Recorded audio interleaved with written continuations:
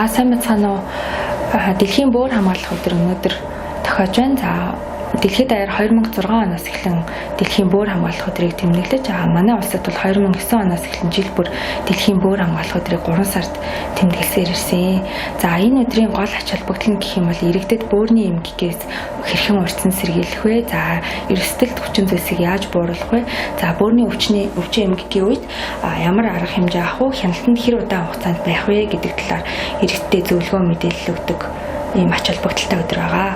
За энэ жилийн хувьд хүн бүрийн эрүүл бөөрийн төлөө гэсэн уриатаагаар бөөр хамгаалах өдөр маань явагдаж байна. За энэ өдрөөр одоо бөөрийн өвчин үүсгэх эрсдэлт хүчин зүйлсийг бууруулах чиглэлээр сургалт сурталчилгаа мэдээлэл иргэдэд эрүүл мэндийн боловсрол олох сургалтууд хийгдэж байгаа.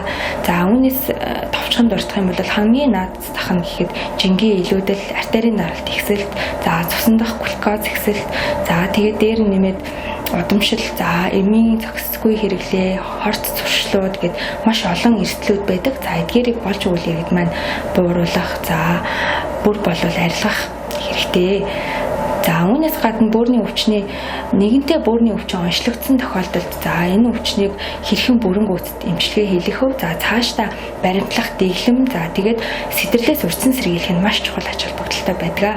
За энэ өдрийн хүрээнд бөөрийн эмгэг нэгэн тоншлогдсон хүмүүс байгаа ч гэсэндээ тэдгээр хүмүүс нь архагшаад үлдсэн боловч одоо эмчилгээгээ цаашид үргэлжлүүлээд явхад бол амьдралын чанар нь сайн одоо бусад эрүүл хүмүүстэй адилхан байхаар бас боломж байдаг. За бөөр орлуулах эмчилгээ одоо Монгол улсын хувьд 3 чиглэлээр хийгдэж байна. За нэгдүгээрт нь гемодиализ эмчилгээ, за тэгээд хэвлийн диализ эмчилгээ, бөөр шилжүүлэн суулгах гэсэн 3 төрлөөр хийгддэг учраас за бөөрийн нас баралт бол харьцангуй бөөрийн өвчин эмгэгээс бас доогуур байрыг эзэлж байгаа. Өөрөөр хэлбэл бөөрийн өвчлөл өндөр байдаг боловч нас баралтын шалтгаанаар бол доогуур байрыг эзэлж байгаа. Одоо бөөрийн эмчнэр бидний хувьд маш бас талархууштай зүйл болоод байна.